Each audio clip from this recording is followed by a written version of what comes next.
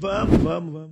Por que que o jiu-jitsu, que é a sua parte, o Newaza, é tão pouco explorado por atletas de judô brasileiros que seriam a referência em Newaza Cara, mundial? culturalmente, cara. Eu mesmo? bato em cima disso daí, porque assim, o que acontece no judô, tá? O judô, hoje em dia eu vou falar no judô do Brasil, tá? Vamos falar mais aqui do Brasil, não fora depois a gente fala um pouco do judô fora do Brasil aqui.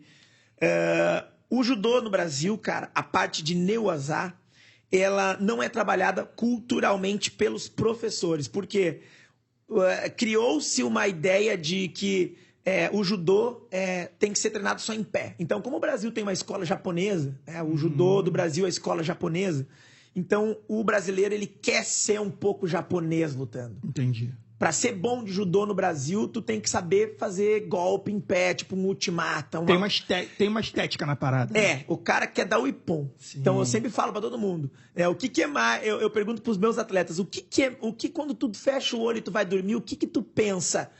Tu te imagina sendo campeão olímpico dando um ippon pra plateia toda te aplaudir de pé, ou tu pensa em ser campeão olímpico finalizando uma luta no chão ou imobilizando?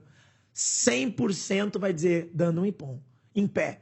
Por quê? Porque é cultural. É cultural. Colocaram na cabeça dos atletas, dos alunos, desde que eles entraram, que o em pé é muito mais bonito do que ganhar no chão. E você derrubar uma cultura dessa de anos é quase impossível, irmão. E aí entra a parte que eu tô falando dos professores. Os professores de judô, eles terceirizam o Newaza, mandando os atletas treinar jiu-jitsu, porque eu não sei ensinar Newaza. Eu não vou perder tempo, eu já tenho muito tempo de judô, já sou um cara... o professor, ele não quer aprender, ele não tem mais preocupação em querer aprender o Newaza para poder passar pro aluno. Então, o que ele faz? Manda treinar jiu-jitsu, o aluno volta pronto para ele treinar em pé com ele, entendeu? Só que, deixa eu te fazer uma pergunta. Pelo que eu tenho conversado, eu conversei com o Flash aqui, que foi olímpico, eu conversei com vários caras que passaram aqui, que tem um background de judô, o Paulo Filho. Sim. Pelo que eles falam, o timing do chão do jiu-jitsu é completamente diferente, pouco aproveitado para o judô. Por isso que eu falei que... por isso que eu falo assim que o Newaza... ele não é jiu-jitsu. Não é o jiu-jitsu, porque Perfeito. a realidade do judô ela é outra. As reações que tu espera que um cara do jiu-jitsu iria fazer, o cara do judô não vai ter. Deixa eu te dar um exemplo. Se um cara do jiu-jitsu estiver aplicando um crucifixo no cara, ele tá ganhando no jiu-jitsu. No judô ele tá perdendo.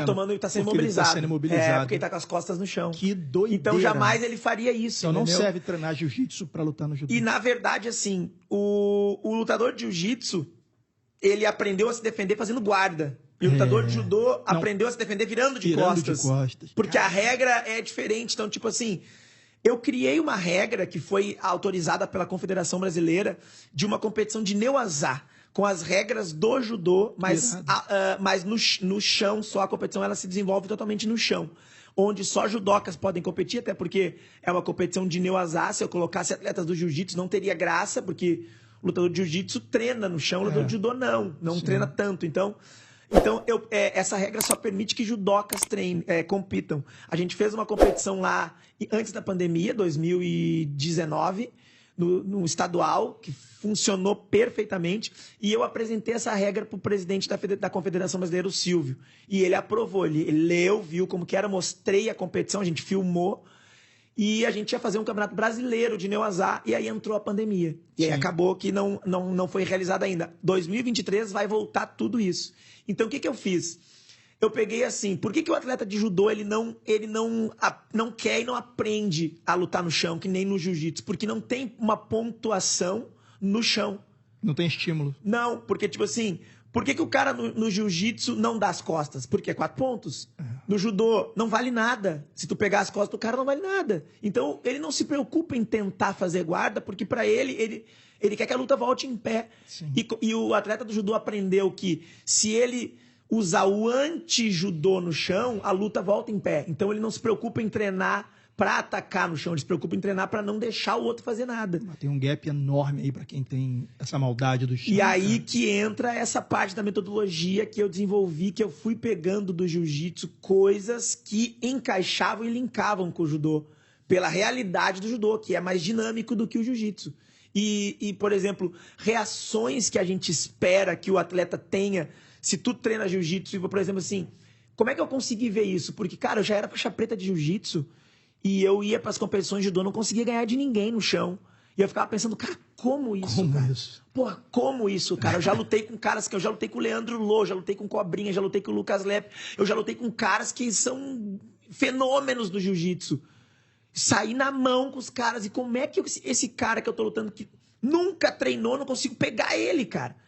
Porque era totalmente diferente a realidade do que eu esperava para aquilo que ele estava me oferecendo no judô. Sim. E quando eu comecei a treinar, eu parei assim, não, só um pouquinho, peraí. Vamos tentar achar uma brecha nisso daí, cara. Eu tenho que achar uma brecha nisso. Não dá pra... Eu não vou aceitar que eu treino jiu-jitsu há tantos anos e eu não consigo colocar o que eu aprendi no jiu-jitsu aqui no judô, que os caras não treinam, os caras não sabem, entendeu? Como que eu não vou conseguir pegar um cara que não sabe? E eu comecei a estudar situações de coisas que do jiu-jitsu a gente não perderia tempo treinando, porque tem muita coisa que se tu treinar do jiu-jitsu pro judô, tu perde tempo. Sim. Então não adianta treinar, porque aquilo ali não vai acontecer. Não vai, tem que ser situações específicas. Sim. E eu comecei a ver outros caminhos e comecei a ver que dava pra chegar ali e começou a funcionar. Então, é claro que eu fui conversando muito tempo com o Flávio, pessoas que eu realmente admirava, assim. Exemplo, o Léo Leite, cara. O Léo foi meu colega de seleção brasileira durante muitos anos. O Léo foi campeão mundial de jiu-jitsu, cara. Sim. Faixa preta. E ele falou assim, Léo, cara, tu não consegue imobilizar ninguém no judô, cara.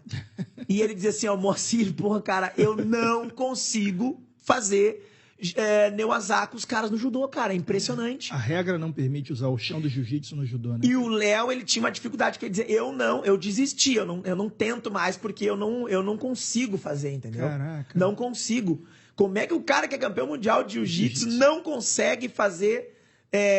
na minha cabeça aquilo não entrava, entendeu? Entendi. E eu conversava muito com ele, falei, não, cara, eu tenho que achar uma brecha aí, cara, eu tenho que tentar achar como que eu vou fazer. E aí eu comecei a ver situações que os judocas ofereciam, né? As transições, né? Sim. Então, e aí começou a encaixar. E aí eu terminei minha carreira em 2012, em 2011 foi o último ano que eu lutei pela seleção brasileira. Fui Grand Prix de Abu Dhabi de 2011, foi a última competição que eu lutei pela seleção, depois eu parei. E aí, em 2012, no comecinho de 2012, teve uma eleição na FIGE, né, na Federação Internacional de Judô, que eles sempre fazem no começo do ano, quando troca o ano, quem que foi o melhor lutador de neuasa em atividade naquele ano. E aí eles colocaram alguns nomes ali, na época tinha um japonês, que era o Akimoto, que foi também campeão olímpico, tinha... o Peicher, que era um austríaco muito bom de neuazá também, que ganhava muito, e aí me colocaram. Que maneiro, cara. E aí, o ranking é mundial. E aí teve uma eleição online ali, que durou uma semana, e eu acabei ganhando. Pô, muito legal. E aí foi muito legal, cara, porque eu vi que eles lançaram meu nome nessa semana, e aí não fui acompanhando muito, assim, como que tava. E eu lembro que quando acordei, assim, no dia da decisão ali, quem que ganhou, e muitas mensagens pra mim, assim, dando parabéns. Aí, cara, olhei, saiu em 9 sites naquele dia, saiu em tudo, né? Brasileiro eleito melhor neuazá do mundo pela Federação Internacional de Judô e tal. E aquilo ali foi uma coisa muito legal, porque do nada, assim, a galera começou a me procurar muito. Aquele ano, assim, 2013, 2014, começou a vir muita gente querendo fazer seminário, querendo aprender, E aí eu comecei a trabalhar muito com essa parte de seminários de neuazá. Que é uma coisa que no judô não tem, né? Não existe. Diferente, jiu-jitsu é o tempo 100%. inteiro seminário. O judô não tem isso. Né? No seminário de jiu-jitsu você não vê nem queda. Você não, vê jiu-jitsu. Jiu-jitsu, né, cara? Deixa eu te fazer uma pergunta, irmão. Existe um tempo determinado ou é feeling do juiz Para voltar à luta em pé. Não existe um tempo determinado. A regra diz que enquanto um dos atletas estiverem trabalhando ofensivamente, o árbitro ele não pode dar matê. Então vamos lá. Você vê muito em competições mundiais, olímpicas, o cara tenta a queda, não acontece, aquele vazar e o maluco para de joelho, fecha na gola ali.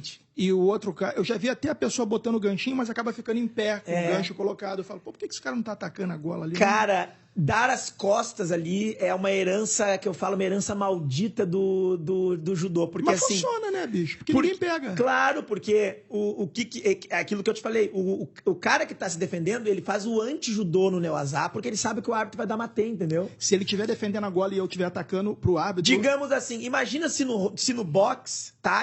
É claro que não é a regra do boxe, vamos fazer uma comparação. Imagina se no boxe, se tu ficasse no canto das cordas, assim, se fechasse, e o cara ficasse ali, tipo... Jab, o árbitro dissesse, parou, volta pro meio. Ai, ia ficar todo mundo ali. Entendeu? Porque, tipo assim, uma maneira que eu encontrei de burlar isso daqui, sair dessa situação ruim e voltar pro meio. Então, mas a minha pergunta com você é, se eu estiver atacando a gola desse cara, não é combatividade na cabeça do juiz? Não, porque o juiz, ele não analisa só o que tu tá fazendo, ele analisa se tá funcionando. Perfeito. Entendeu? Entendi. Tu pode ficar entrando a mão ali. O árbitro ele vai pegar, ele vai achar um ângulo onde ele possa ver assim, não. Serve pra nada. Não vai acontecer nada. Ele fala, matei. E aí o cara que tá ali embaixo conseguiu o que ele queria. Entendeu? Que é parar a luta. Então, tipo assim, os atletas viram, eles enxergaram que isso é se defender. E quando eu falo herança maldita do Neo-Azá, é que no judô do Kodokan, né, quando o Jigoro Kano começou no Kodokan ali, judô, ele tinha um grupo de alunos, né? E que nesses alunos existia um cara que chamava Oda Tsunetani, que foi o cara que criou praticamente o Kozen, né? O Kozen Judo, que era... O Kozen, ele era o Neo-Azá treinado mais do que os atletas do Kodokan Judô faziam. Então, o que aconteceu?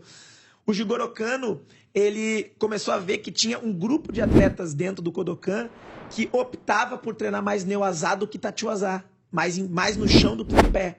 E o líder desses caras era o Oda Tsunetani. Então ele conseguiu arrebanhar alguns atletas e começou a mostrar para eles que treinar no chão era mais vantajoso do que treinar em pé. Entendi. E aí, claro que daí depois de um tempo, lá por 1925, quando o Jigoro Kano, quando realmente as regras do judô foram estipuladas, o Jigoro Kano, ele tinha... Não que ele não gostava do Neo-Azá, porque o Neo-Azá faz parte do judô, né? Só que o que acontecia? O Jigoro Kano, ele não gostava que os atletas do Kozen puxavam para a guarda. Não, eles não queriam trocar em pé para ir pro chão. O jiu-jitsu do Kondikoma era Kozen, judô? Não, porque o Kondikoma, ele não teve contato com o Kozen quando ele veio pro Brasil. Foi antes do Kozen se difundir no Japão. Entendi. O Kondikoma veio pro Brasil em 1904, 1905, e o Kozen é coisa de... Década de 20. 1914, 1915, foi onde o Kozen começou a... Então, digamos que o Kondikoma não teve contato com o Kozen, ele teve contato com o Neo-Azá do Kodokan. Judô completão. E aí o que aconteceu foi assim... O grupo do Oda Tsunetani, como treinava mais Neo-Azá, ele aprendeu a se defender com as pernas. Ou seja, quando a gente vê e escuta ali falando, pô, De La Riva... Guarda-aranha. Pé no bíceps, laço... esses tipos de guarda que foram dados os nomes no jiu-jitsu por causa de alguns atletas que fizeram, né... usaram muito essa técnica, digamos, o De La Riva. Por que o nome da guarda é De La Riva? Porque ele mostrou. Porque ele mostrou pro mundo, quando ele competia, que aquela guarda ali funcionava. Então, pô, a guarda do De La Riva. Então ficou De La Riva. Da mesma forma que o Ezequiel Paraguaçu começou a fazer aquele estrangulamento que no judô se chama Sodeguru Majime. Não há nada de novo sobre o sol. Nada. E tem vídeos, cara, o mais legal de tudo, de 1930 e poucos, os caras do Kozen fazendo De La Riva, que irado, fazendo laço, fazendo pé no bíceps, que tu olha assim, os caras em preto e branco fazendo a guarda que nós achamos que foi criada no jiu-jitsu. Então, cara... E o que aconteceu? Os atletas do Kozen, do Oda Tsunetani, aprenderam a fazer guarda e não dar as costas.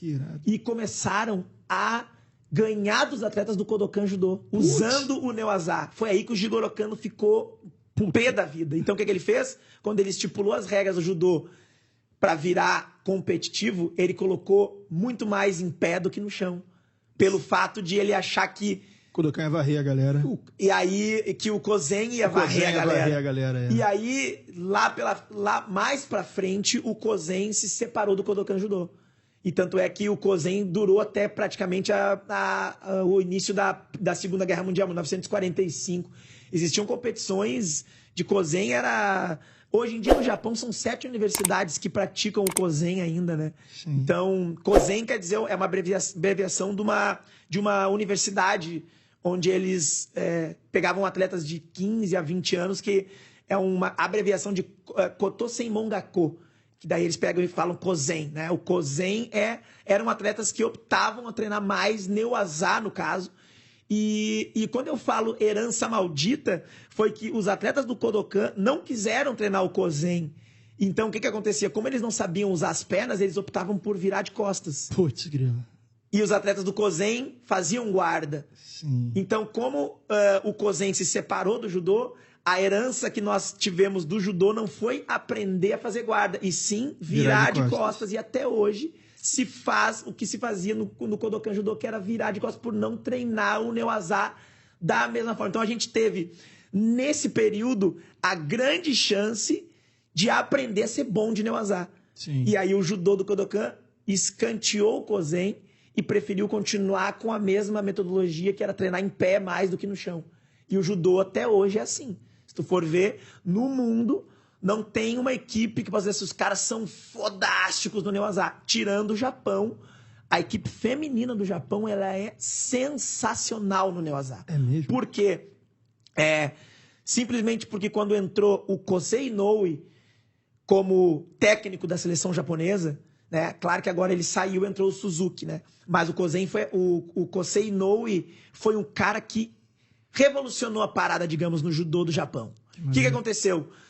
Cara, nunca na história um lutador de jiu-jitsu tinha entrado na Kodokan pra dar aula pra seleção, e ele levou o Yuki Nakai pra dar aula pra uma lenda do Japão. O Yuki Nakai? Yuki Nakai deu treino de jiu-jitsu a mesma coisa que eu faço com a seleção brasileira, eles levaram o Yuki Nakai pra seleção japonesa. Que maneiro, cara. Isso, eu digo, logo depois dos Jogos Olímpicos de Londres, que foi onde o Japão não ganhou nada em Londres. Os caras ligaram um alerta. Foi uma decadência do judô no Japão nos Jogos Olímpicos de Londres. E aí eles ligaram um alerta, e no Rio eles já vieram totalmente diferentes, né? E aí o judô no Japão tá só subindo cada vez mais. Então, o que aconteceu?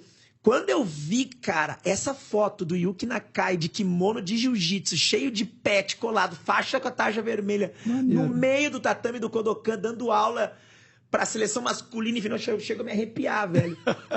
Eu falei, cara, não acredito que os caras levaram o Yuki Nakai pra dar treino pra seleção japonesa. Quebra de paradigma, né, meu irmão? Cara, e aquilo ali pra mim foi assim, eu falei, eu tô exatamente pensando da mesma maneira que os caras lá, porque na minha cabeça o Neuazá, ele tem que ser treinado separado do